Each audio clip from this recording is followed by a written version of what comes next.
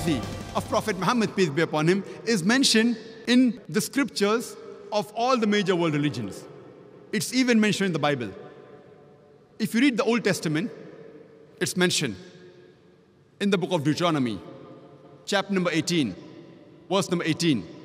Almighty God says, I shall raise them a prophet from among thy brethren, like unto thee, and I shall put my words into his mouth, and he shall speak all that I command him. This prophecy, which is mentioned in the Old Testament, in the book of Deuteronomy, chapter number 18, verse number 18, Almighty God speaks to Moses, peace be upon him, and says, I shall raise them a prophet from among thy brethren, like unto thee, and I shall put my words into his mouth, and he shall speak all that I command him. Many of the Christians, they say that this prophecy refers to Jesus Christ, peace be upon him. And when we ask them that how does this prophecy refer to Jesus Christ, peace be upon him, and they tell us that here the prophecy says, I shall raise them a prophet from among thy brethren, like unto thee. The prophet to come should be like Moses, peace be upon him. And the similarities the Christians give between Jesus and Moses, peace be upon them, is that Prophet Jesus and Prophet Moses, peace be upon them, both of them, they were Jews. And both Prophet Jesus and Prophet Moses, peace be upon them, both of them were prophets of God. If these two are the only similarities for the fulfillment of the prophecy, then all the prophets mentioned in the Bible after Moses, peace be upon him, fulfilled the prophecy. All the prophets mentioned after Prophet Moses, peace be upon him, were Jews, and all were prophets of God. For example, Prophet Solomon, Ezekiel, Isaiah, Daniel, Joel, John the Baptist, all of them, they were Jews, and all of them were prophets of God. If these two are the only similarities, then there are several prophets mentioned in the Bible which fulfill this prophecy. In fact, if we analyze, this prophecy does not befit anyone better than the last and final messenger, Prophet Muhammad, peace be upon him.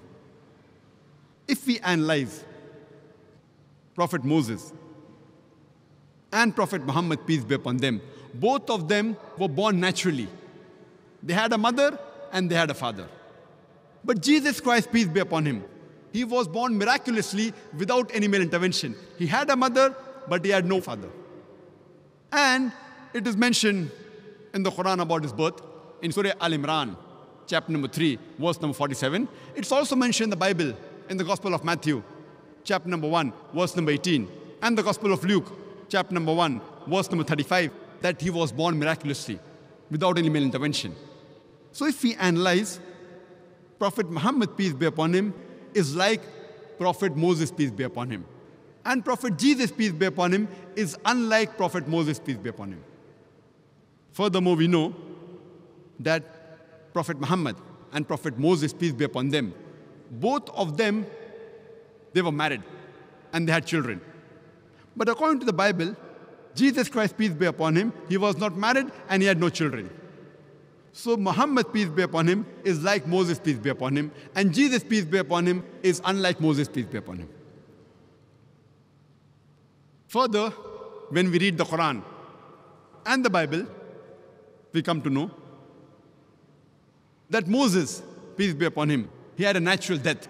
Same like Prophet Muhammad, peace be upon him. He too had a natural death. But Jesus Christ, peace be upon him, he did not have a natural death. According to the Quran, in Surah Nisa, chapter number 4, verse number 158, he was raised up alive. And according to the Bible also, it is the same. But many Christians say that he was crucified. Even if we agree what they say, though I've given a talk proving from the Bible that Jesus Christ, peace be upon him, he was not crucified, irrespective whether he was raised up alive or whether he was crucified, he did not die a natural death. So if we analyze, we come to know that Muhammad, peace be upon him, is like Moses, peace be upon him. And Prophet Jesus, peace be upon him, is unlike Moses, peace be upon him. Further, we come to know from the Quran and the Bible that Prophet Moses and Prophet Muhammad, peace be upon them, both of them were accepted by the people as a whole. But Jesus Christ, peace be upon him, he was not accepted by the people as a whole. It's mentioned in the Gospel of John, chapter number 1, verse number 11. He came to his own, and his own people forsook him. So he was not accepted by his people as a whole. Furthermore, Moses and Muhammad, peace be upon them, they were worldly kings. That means they could give the punishment of life and death to whoever they wanted. They had that power.